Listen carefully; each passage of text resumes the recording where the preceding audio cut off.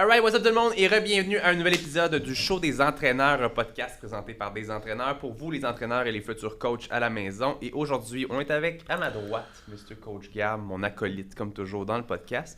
Et on est avec Alissa Côté aujourd'hui. Oui. J'ai bien dit ça là? Oh oui. J'ai longtemps appelé Alicia. Faut que je te le dise quand même, faut pas que je te demande. Là, c'est Alissa. Ah oui, je m'en suis jamais rendu compte. Ben, tant mieux, une chance que ça n'ait pas rendu compte. Aujourd'hui, c'est rare qu'on a des femmes, puis j'en suis déçu. Je sais qu'on est en COVID, fait que des fois c'est dur d'avoir des invités. Gab, t'as beau avoir les cheveux longs, je peux pas te comparer à une femme quand même. On n'a pas les mêmes discussions quand même non plus. Fait que, Alissa, je suis super content de te recevoir aujourd'hui. Moi, je veux qu'on démystifie plusieurs petits sujets aujourd'hui féminins dans l'industrie du fitness. Mais quand même, je veux qu'on prenne le temps de te connaître un petit peu, à savoir, bon, ton côté, t'es entraîneur depuis quelques années. Oui. Qu'est-ce qui se passe dans le milieu de l'entraînement pour toi? Puis je veux que tu parles un petit peu aussi du podcast que tu viens de lancer aussi de ton côté. Excellent, bien j'adore. Écoute, moi, dans le fond, j'ai un background quand même assez spécial. J'ai été policière. OK? Puis durant que j'étais policière, j'étais pas vraiment satisfaite de ma vie. T'es pas à ta place. Non, exactement. Puis je suis devenue entraîneur à temps partiel dans un gym. Fait que j'ai commencé dans les gyms. Je viens vraiment des gyms. Puis j'aimais beaucoup ça, tu sais, team, tout cet aspect-là. Ouais. J'aimais beaucoup aussi avoir des séances privées one-on-one avec les gens. Puis avec le temps, j'ai comme fait une petite bifurcation parce que j'ai pas eu le choix. Ouais, j'ai pas eu le choix en fait. C'était au Énergie Cardio, je crois, que tu entraînais? Oui, exactement. J'ai commencé au Énergie Cardio. J'ai été là un bon 8 mois. Après ça, j'ai été au BuzzFit. OK. Puis au BuzzFit, je me suis fait d'ailleurs demander de faire des capsules pour RDS. C'est très cool ça. Ouais, je suis Très vraiment contente de ça. Ouais. Ça a vraiment rajouté un petit peu d'expérience en fait dans mon background. Puis par la suite, j'ai bifurqué vraiment à l'entraînement en ligne parce qu'il y a eu la fermeture des gyms avec la situation. Puis j'aime ça aussi. J'aime ça aussi. Je suis beaucoup très le contact humain, mais j'aime aussi l'aspect de pouvoir, par exemple, j'ai fait pour Projet Physique des cours en ligne, des cours en groupe. Quand on faisait la COVID, on faisait des workouts en ligne, dans le fond, en direct pour des cours de groupe. C'est très cool. Ça, c'est quelque chose que je pense même qu'on n'a peut-être pas fait assez longtemps, parce que honnêtement, c'était super intéressant. Mais c'est sûr qu'en tout temps, je pense que juste, tu l'as dit, la COVID, c'est une chose, mais où est-ce qu'on s'en va de plus en plus? Le coaching à distance, le coaching en ligne, les directs comme ça prend sa place de plus en plus. Oui, vraiment. Puis je suis vraiment contente justement de cette situation-là parce que je pense pas que je l'aurais fait si c'était pas de ça. Un petit coup de pied dans les culs nécessaire. Exactement. En plein ça. Puis je me suis rendu compte que c'était vraiment le fun, les cours en groupe que j'ai fait avec vous. Puis je voyais qu'il y avait beaucoup de visibilité, là. Il y avait beaucoup de monde. Fait que ça c'est la différence, mettons, que de travailler dans un gym, que tu as juste la clientèle du gym, tu sais. Le fait d'être sur les réseaux sociaux puis en ligne, bien là, tu as plus de visibilité. Puis dans le fond, à ce jour, j'ai parti un podcast avec la co-animatrice Hélène, Hélène Bujol, qui est elle aussi une entraîneur. Ça fait longtemps qu'on se connaît. On est 2 bonnes amies depuis un bon 3 ans. Je l'ai connue par l'entremise de mon chum. Puis on s'est dit, pourquoi pas qu'on partirait un podcast puis qu'on parle de sujets autant dans l'entraînement, mais aussi de sortir de cette sphère-là puis d'aller aborder des sujets un petit peu plus croustillants, des réalités du moment. C'est-tu bien girlish?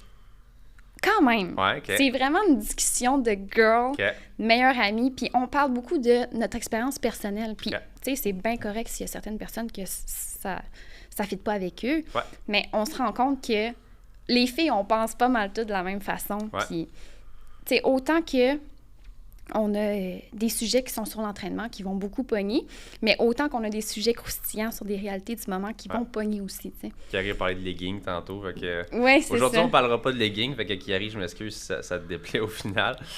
J'ai des sujets justement parce que je pense que c'est cool, le concept de votre podcast qui était plus croustillant. J'ai écouté quelques épisodes aussi de voir justement c'est quoi le genre de discussion que vous avez. Fait que c'est pas nécessairement croustillant dans le but, tu sais... Nous, on est moins girlish un petit peu, moi puis Gab. Gab, en tout temps... Parle pour toi, là. Moi, je suis une des personnes les plus girlish ever. Bon, fait que si t'as des sujets de leggings ou d'autres choses que tu veux parler aujourd'hui, tu y vas. Ben, j'en avais. J'ai quasiment mis mes leggings un matin quand j'ai su qu'Ali allait être là. Ben, j'ai dit, bon, je vais pas les mettre, là. Vu que je voulais pas qu'Ali soit heureux de me voir en leggings. Fait que j'ai une beef contre lui, là. J'ai dit de la merde, allez-y, continue. Fait que c'est des sujets assez... Je pense qu'on pourrait en parler tout pendant une demi-heure. Je pense que c'est quand même dans le but du podcast. L'objectif, c'est de rester quand même court. Mais je veux ton avis là-dessus parce que, comme j'ai dit, on reçoit pas toujours des des femmes au podcast. C'est pas que c'est voulu, c'est juste que la pandémie fait qu'on soit moins invités. Des fois, des affaires à distance, justement, des Zooms ou whatever, c'est moins intéressant pour la qualité du podcast. Là, j'ai la chance de t'avoir aujourd'hui et je veux qu'on en parle. Fait que je me suis mis différents sujets, on en discute, ça prend le temps que ça prend. Moi, je veux savoir en tant que femme, en 2021, comment est-ce que tu te sens dans l'industrie du fitness? Ah, super bien. Est-ce que tu sens que tu es à ta place? Là, évidemment, on parle de toi aujourd'hui, mais je veux aussi que tu aies un portrait global au niveau des femmes en général. Est-ce que tu sens que les femmes ont leur place dans l'industrie du fitness? Est-ce que tu sens que... on peut bien y aller en pourcentage. Là. Est-ce que c'est cool aujourd'hui qu'on peut dire, cool, tout est 50-50 dans l'industrie du fitness? Ou est-ce que c'est encore trop hommes et pas assez femmes? Ah non, moi, je vois ça clairement 50-50. Puis je sais pas si c'est parce que je follow beaucoup des filles entraîneurs, justement, puis j'ai de l'admiration pour des femmes. Qui sont entraîneurs. Fait que c'est vraiment ça que j'ai beaucoup dans mes réseaux sociaux. Puis je te dirais, écoute, encore là, c'est vraiment personnel, mais je viens de la police. Là. C'est un monde d'hommes. Okay? Fait que moi, là, j'avais pas d'obstacle. Tu sais, je me disais pas, je m'en vais dans l'entraînement, c'est-tu trop...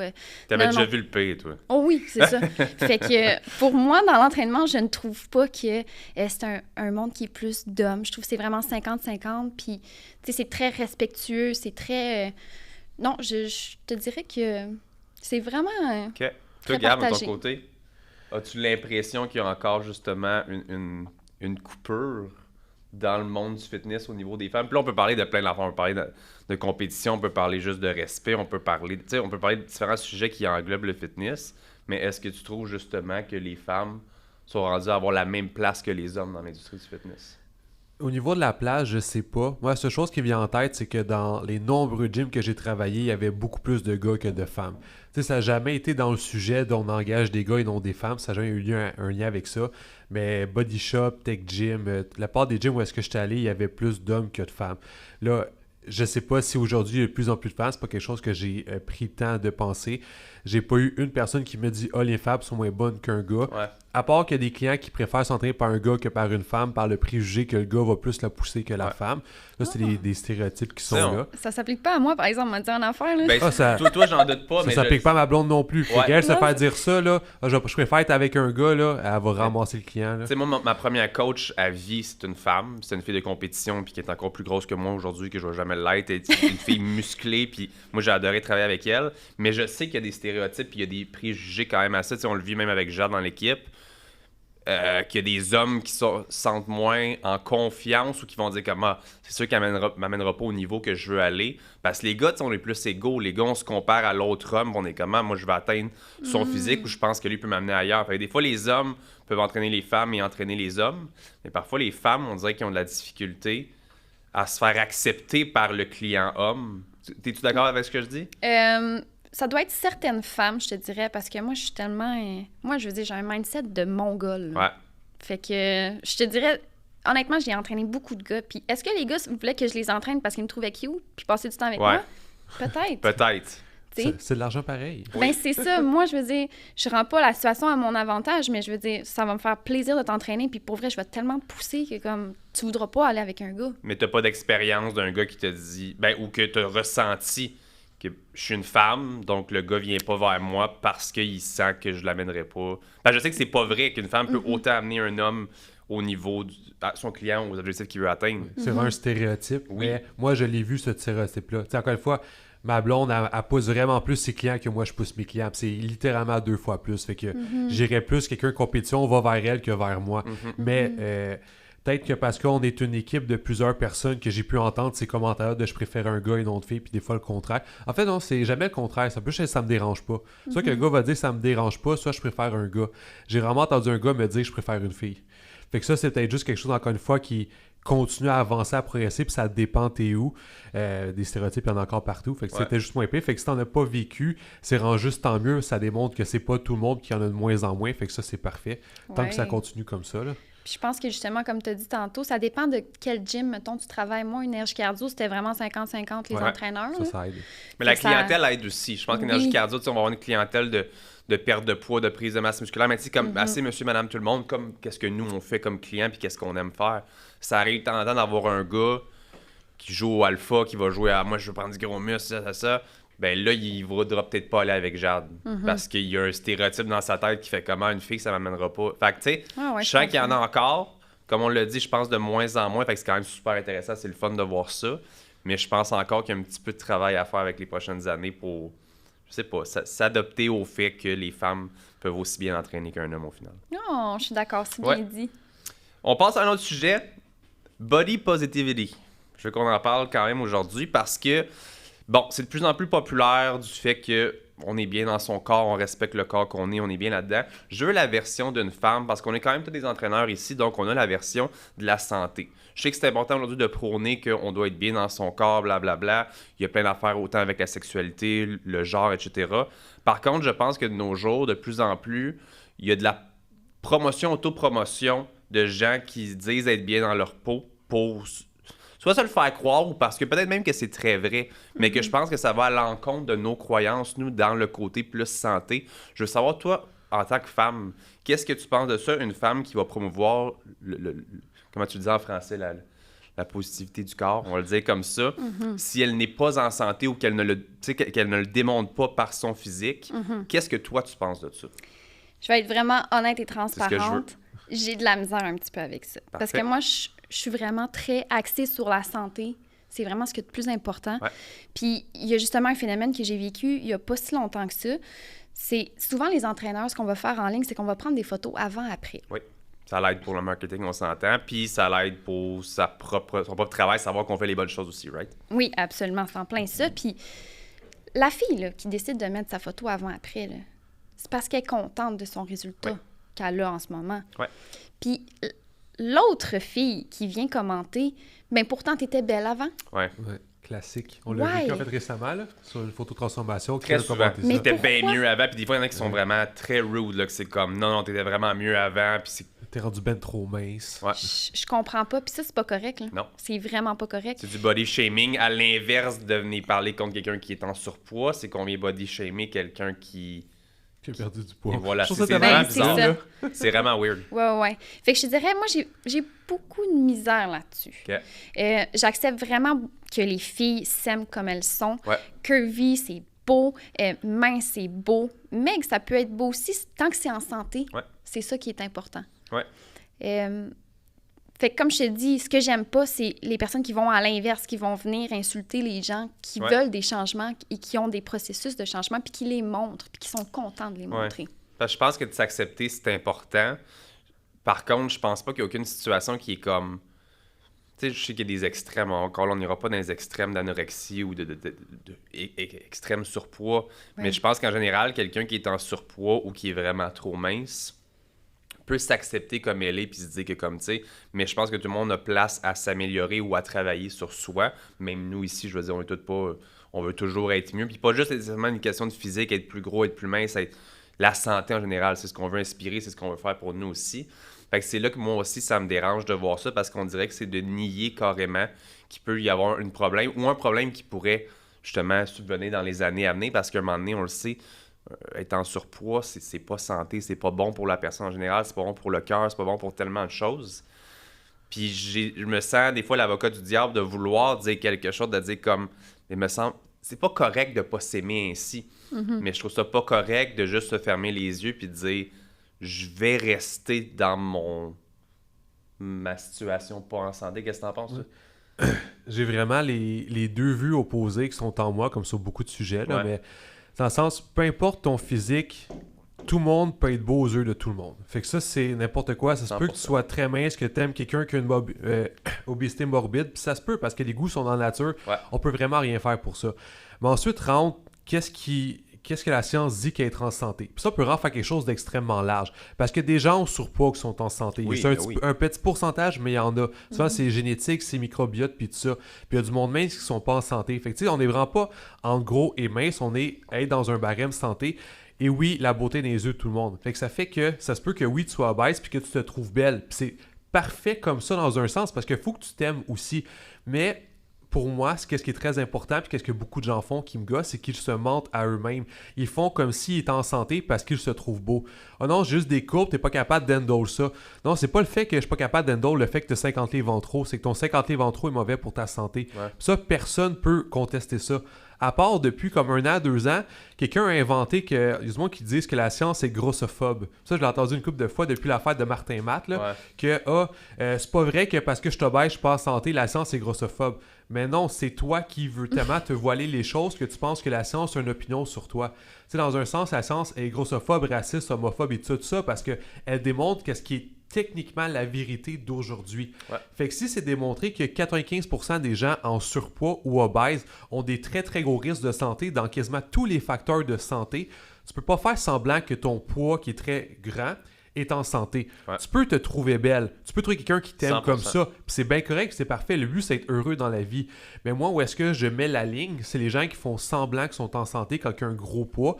Ou ensuite, quand il ne faut pas en parler. Ah, tu sais, j'ai un surpoids, mais je suis correct avec ça. C'est correct que tu sois correct avec ça, mais est-ce que tu voudrais quand même qu'on regarde c'est quoi les effets sur la santé, les effets sur, en fait, tout ce qui va entourer le reste de ta vie pour le reste de ta vie parce que tu as un gros surpoids que tu veux pas changer. Fait que oui, je suis d'accord qu'on peut aimer les corps, qu'on peut aimer les corps, mais la science a dit qu'il y a un barème de poids santé. Puis, tu sais, le poids, encore une fois, pour moi, c'est tout le reste. C'est pas nécessairement ton poids, c'est qu'est-ce que tu manges, c'est tes activités, c'est un mode de vie santé. Fait que oui, tu pas un surpoids, mais tu manges beaucoup de légumes, tu marches, tout ça, ça se peut que tu aies quand même plus longtemps que la personne mince qui fait absolument rien.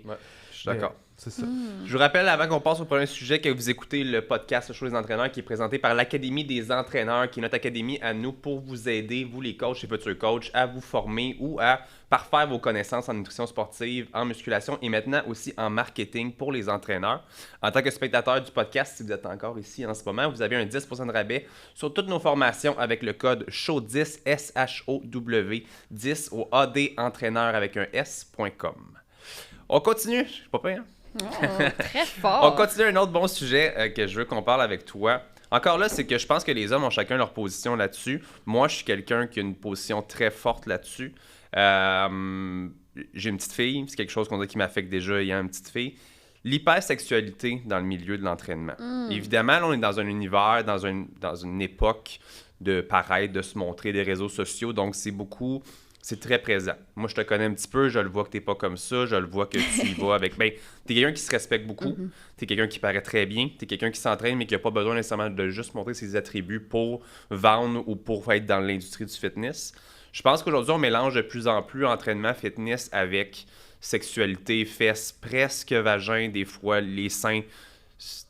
Je vois ça de façon quotidienne. J'ai été un jeune homme, j'ai aimé ça étant plus jeune. Aujourd'hui, je suis plus vieux, j'ai une fille, je vois ça, puis tu sais, il y a les OnlyFans, il y a les si. Moi, ça me griche aux oreilles maintenant de voir ça. Puis ça me fait dire que l'industrie s'en va pas nécessairement toujours à la bonne place, puis qu'on voit qu'il y a des entraîneuses qui promouvoient la santé, puis qu'à un moment donné, ils divaguent OnlyFans, sexualité, puis ça peut revenir après ça à coaching. Je trouve que c'est brouillon. Puis je veux l'avis d'une femme là-dessus, à savoir... Comment est-ce que tu trouves ça, justement, en ce moment? Je sais qu'on a parlé de respect, puis moi, je respecte tout le monde, sauf si on me respecte pas.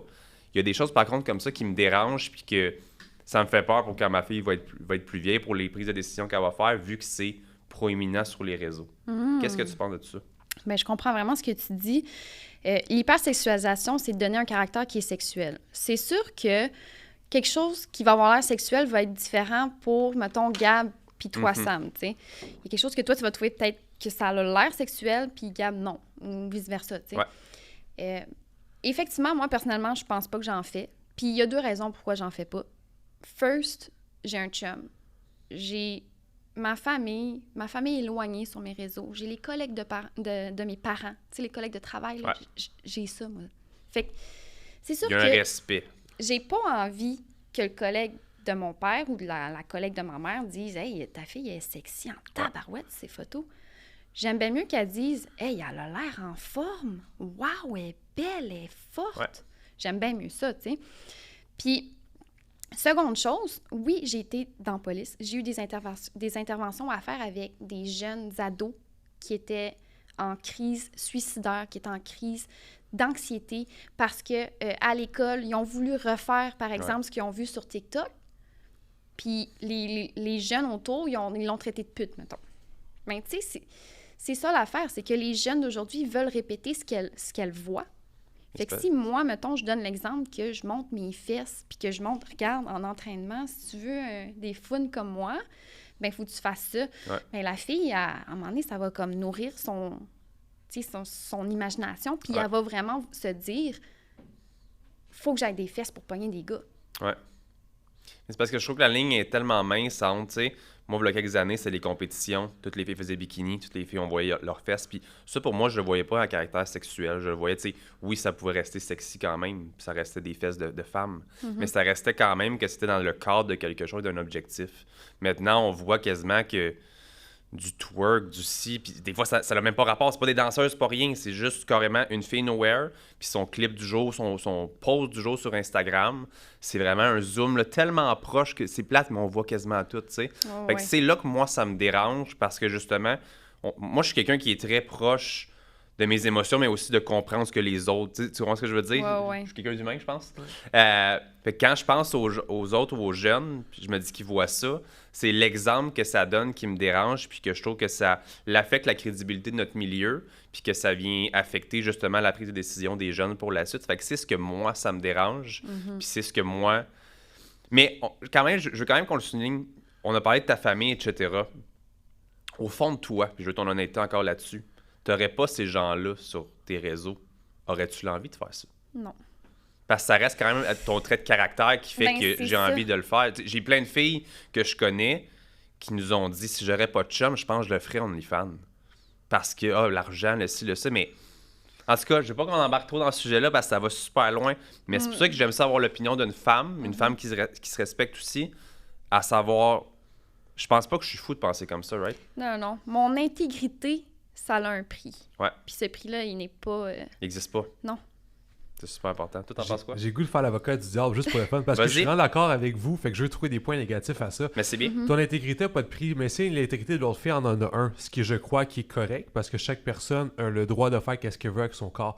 Fait que si elle a ça 100% confortable à faire son OnlyFans, montrer ses affaires, on va prendre la fille de l'UQAM, là, je sais plus quoi son nom, qu'elle a fait semblant qu'elle fait de l'art avec ses photos OnlyFans. Là. Si elle, justement, comme elle a un prix, elle aime ça, elle veut le faire, est-ce que c'est quelque chose qu'on doit juger quand que cette personne-là a fait ça pour elle-même? Ce qui me dérange, c'est vraiment qu'il y a quelques années, des filles qui faisaient webcam ou quelque chose ou whatever, OK?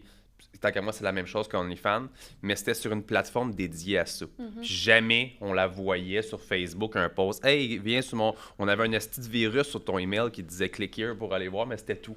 Aujourd'hui, c'est que c'est tellement mainstream que je peux n'importe... C'est ça qui me dérange. C'est ça. C'est pas le fait... C'est trop accessible. Moi, je la respecte. Fais ce que tu veux, montrer tes seins, fais ce que tu veux. Dis-toi, assume-toi. T'es dans la porno ou dans le webcam ou dans le OnlyFans, peu importe c'est quoi le mot. Fine. C'est l'autopromotion, puis à cette heure, c'est TikTok et Instagram, que n'importe quelle petite fille de moins de 16 ans peut faire un clic, puis « Oh, wow! Oh, mon Dieu! Elle fait 40 000 par mois. Je vais jamais travailler au McDo à 13 $ de l'heure si je peux faire ça. » Puis c'est ce que je me dis que la prise de décision des jeunes va faire. Puis j'ai compris. À 16 ans, honnêtement, on m'aurait dit « Hey, il va vendre de la drogue là-bas là, pour faire 20$. » Je l'aurais fait. T'es naïf, tu sais, tu comprends? Fait que tu vois des filles plus vieilles qui ont des super beaux attributs, qui sont très jolies, qui font méga du cash, puis tu te le fais mettre à la gorge tous les jours sur Instagram. C'est ce qui, moi, me dérange. Puis, tu sais, on parle quand même dans un podcast d'entraîneur, mais c'est que je trouve que le métier d'entraîneuse, il y a des gars aussi, mais en ce moment, je trouve que c'est proéminent. On voit beaucoup de carrières délaisser un peu de fitness pour aller là-dedans, parce qu'on a un très beau corps si on en prend soin dans le fitness, et après ça, on fait du gros cash avec ça. Je voulais ton avis aujourd'hui parce que as-tu un autre sujet à amener, un autre... Je vais dire ma vraie opinion là-dessus parce que c'est chiant qu'est-ce que vous avez parlé. Mon très très gros problème avec ça, quand une fois, tu sais, je suis plus pour comme la liberté fait ça. Ma blonde, elle ferait qu'on serait pas ensemble. Fait que, tu sais, moi, j'ai quand même le principe de ce respect-là aussi. Ouais. Mais la chose qui me bug le plus, c'est réellement l'impact chez les jeunes, principalement de 10 à 14 ans. Je t'en parler un petit peu.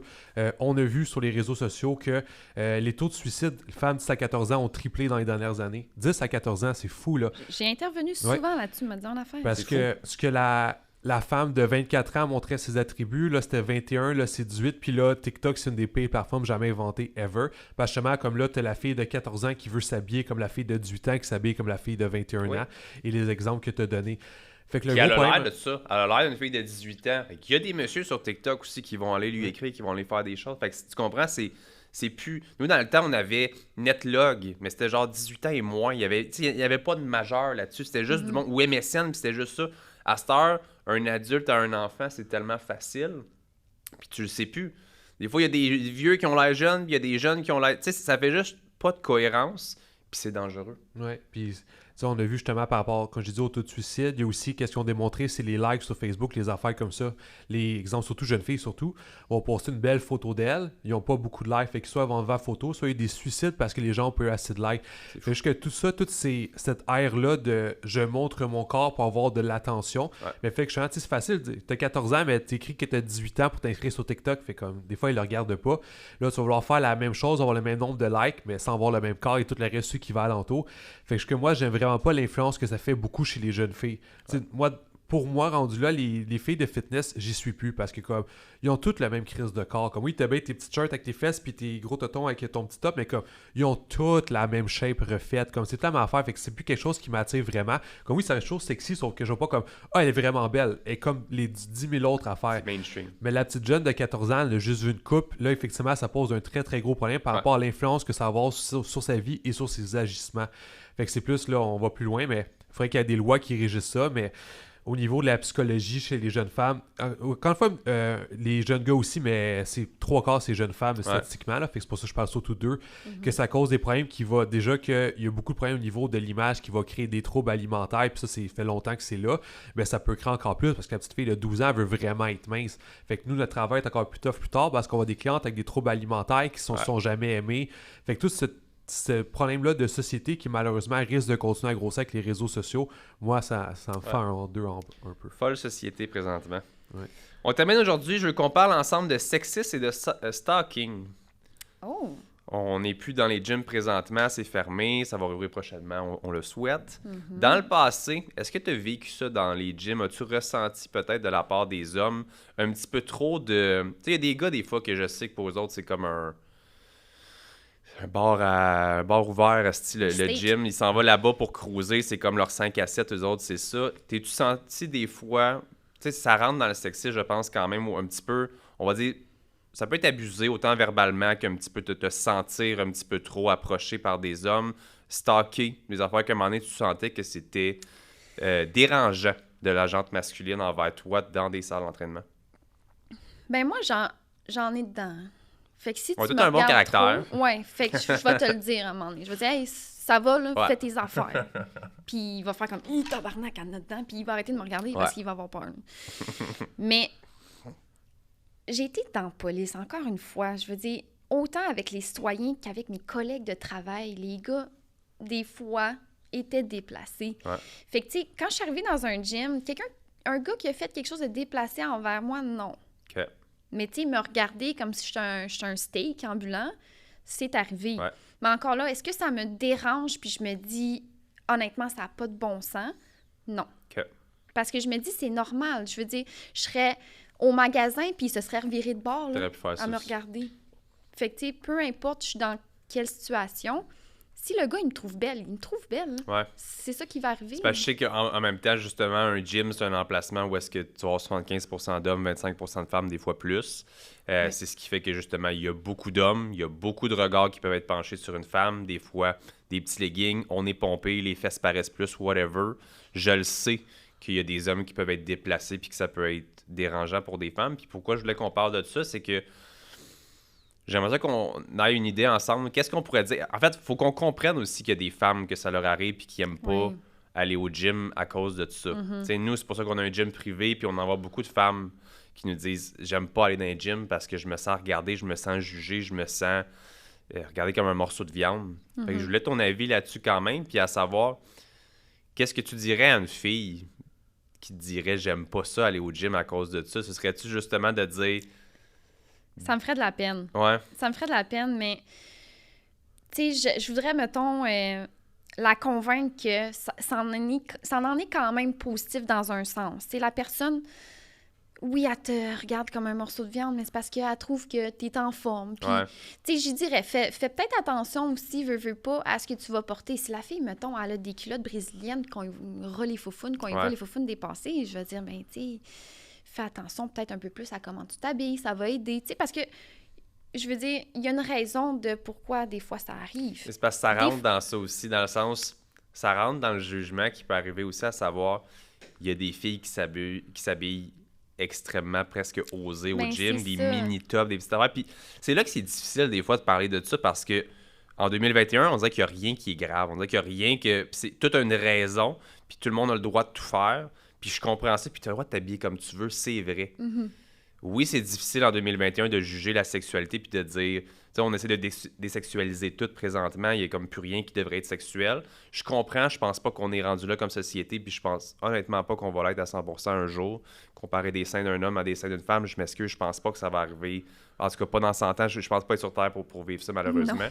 Mais ça fait quand même qu'au gym, il y a des femmes qui chialent de se faire un peu trop aborder ou un peu trop regarder, mais que oui, des fois, leurs vêtements vont être... J'aime pas dire aguichant, parce que je trouve que c'est pas un bon adjectif, mais que ça reste quand même que c'est ça très... Ça attire l'œil. Oui. Mais je te dirais, les filles aussi, il faut qu'il y ait une attitude de « je fais mes affaires », puis that's it. Puis ce qui arrive des fois, c'est qu'elles regardent trop ce qui se passe autour. Là. Mais non, concentre-toi sur ce que tu fais, fais tes affaires, mais oui, il va te regarder, il te trouve belle. Tu serais n'importe où, il t'aurait trouvé belle. Tu serais sur la plage, ça aurait été la même chose. Fait que fais tes affaires, concentre-toi sur ce que tu fais. Faut que tu fasses en sorte que le gym, c'est quand même ta maison. Si à un moment donné, il te regarde, puis au point, tu peux l'aborder. Tu peux lui dire, excuse-moi, est-ce que tu peux arrêter de me regarder? Ou tu peux aller dire ça à un entraîneur. L'entraîneur va l'avertir. Je veux dire, il y a des interventions qui peuvent être faites aussi, là. À un moment donné, quand c'est exagéré, moi, je me rappelle, à 16 ans, j'étais sauveteur, j'étais en maillot de bain, le monsieur de 40 ans qui me regarde de même, là. Puis genre, tu vas venir me sauver. Puis genre, quand j'ai fini mon chiffre, il est venu me voir, il a dit, tu veux aller prendre un café? Je dis, hey, t'as l'âge à mon père, j'ai 16 ans. Mon père, le lendemain, crois-moi qu'il était à sa piscine, là, puis il l'attendait, là. Mais il y a des interventions à faire avec ça, tu sais. C'est pas de juste laisser ça passer. Si j'avais juste fait comme, non... Puis j'en ai jamais parlé à mes parents, puis rien. Mais le monsieur, il serait revenu, puis il m'aurait gossé. Là, probablement qu'il a vu que... Fuck, c'est peut-être son père, là, qui est là. Fait que je vais me tenir les fesses serrées. C'est juste ça, ça a fait quelque chose de différent. Fait que même au gym, il y a des interventions qui peuvent être faites, il y a des interventions qui peuvent être faites, puis moi, ça me ferait tellement plaisir qu'une fille vienne me dire « Hey, ce gars-là, il me lâche pas », puis j'aille le voir, puis dire « Hey, ça, là, ça ferait ma journée. » Ouais. Merci, Ali. Merci, Gab. Très intéressant de nous avoir parlé aujourd'hui. Puis justement, je trouve que c'est le fun d'avoir ton avis. Puis je pense que le petit côté police, même s'il n'y a plus d'actualité présentement, c'est très intéressant d'avoir ton idéologie là-dessus parce que c'est plusieurs sujets quand même assez difficiles à parler aujourd'hui. Ouais. En tant qu'homme, c'est difficile de mettre notre position là-dessus. Vraiment. Moi, je fais toujours attention à ce que je dis quand même parce que je ne veux pas froisser les gens. Propriétaires d'entreprise, on va faire attention quand même aussi. Mais il y a plusieurs sujets là-dedans qui me tiennent vraiment à cœur puis que je trouve ça difficile de voir ça auprès des femmes de nos jours, fait que d'avoir ton opinion, puis ton petit côté aussi, caractère, police, etc., je trouve que ça ramène un plus. Fait que merci beaucoup d'avoir été là aujourd'hui. Gab, encore une fois, merci beaucoup d'être à mes côtés. Donc, j'espère que vous appréciez le podcast aujourd'hui. Je vous rappelle que vous avez un 10% de rabais sur le site adentraîneur avec un s.com avec le code SHOW10, SHOW10, pour voir l'épisode complet ou pour les revoir, les autres aussi. Vous recherchez le show des entraîneurs sur Spotify, Apple Podcasts, YouTube et Facebook. Et on se voit la semaine prochaine pour un autre podcast. Bye, guys!